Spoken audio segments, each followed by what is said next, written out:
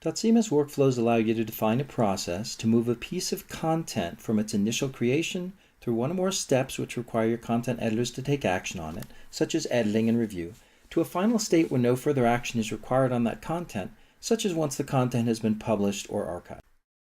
Workflows are applied to content types through the content type properties, and which actions are available on any content type are determined by which workflow has been assigned to that content type. You can share a single workflow for multiple content types if you wish, or assign different workflows to different content types.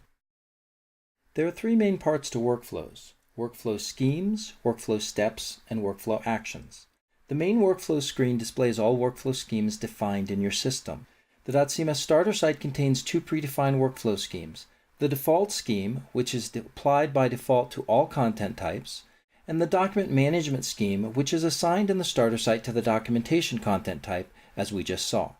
The document management workflow scheme implements a process for taking a document through multiple different stages, including editing, review, legal approval, and publishing, and we're going to look at that in some more detail. Each workflow scheme contains one or more workflow steps. Each step is a state that you can take each piece of content through. Each piece of content can only be in one workflow step at a time, but different pieces of content can be in different workflow steps at the same time. In the document management scheme, the defined steps are editing, review, legal approval, published, and archived.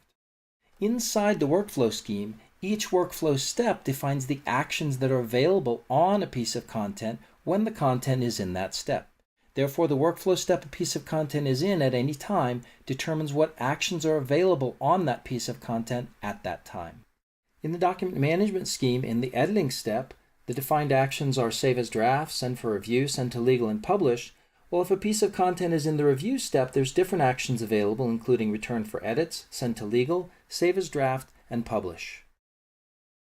Each of these workflow actions specifies both what permissions are applied to the action, which users can take the action, and which operations are performed on a piece of content when that action is taken. For example, in the send for review action, you can see that the action requires that the content be locked, and therefore the user must have edit permissions on that piece of content. And in addition, only users that have the contributor role assigned will be able to take this action, and therefore those are the only users that will actually see this action when they're editing a piece of content.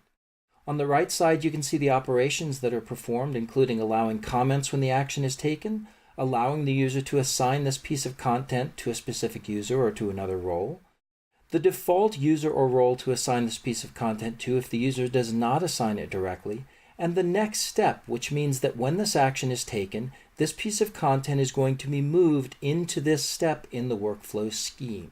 In addition to the basic operations that can be performed with every action, you can also specify sub-actions, and you can specify as many sub-actions in whatever order to be taken as you want. dotCMS provides a number of default sub-actions that you can use, including things like locking and unlocking content, publishing content, resetting the workflow back to the very beginning, requiring different types of approval, sending emails, and even integrations with our push publishing architecture.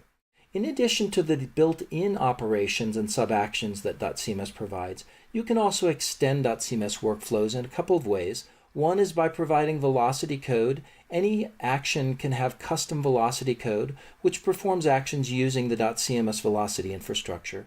And you can even create your own sub-actions using your own Java code via an OSGI dynamic plugin in dotCMS.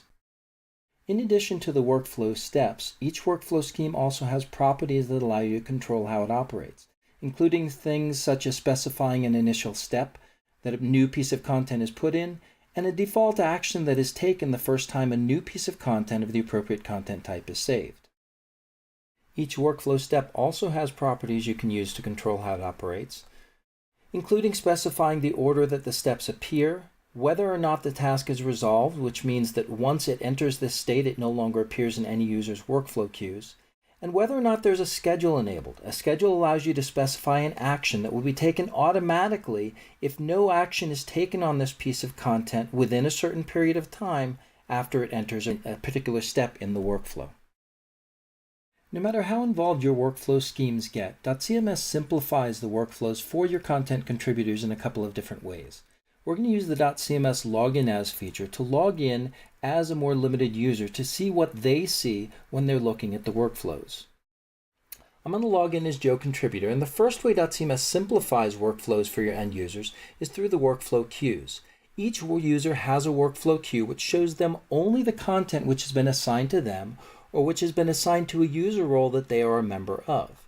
If a user selects any item in their workflow queue and goes to edit it, not only do they only see the content items that have been assigned to them, but they only see the actions that are available to them based on the step that the particular piece of content is in. If I, as Joe Contributor, lock this for editing, I can see that I have the Save as Draft and Send for Review actions. If you remember, there are a couple other actions that are defined in the editing step, but since I, as Joe Contributor, do not have permissions for those actions, they don't show for me. So your content contributors automatically get a limited view of only the things that they have permissions to do with any particular piece of content. The combination of the workflow queues, which also can give you some detailed information about each piece of content, and the limited actions available to each user based on their permissions, allow your content editors to focus only on the content that's important to them and assigned to them, and the actions that are important for them to take.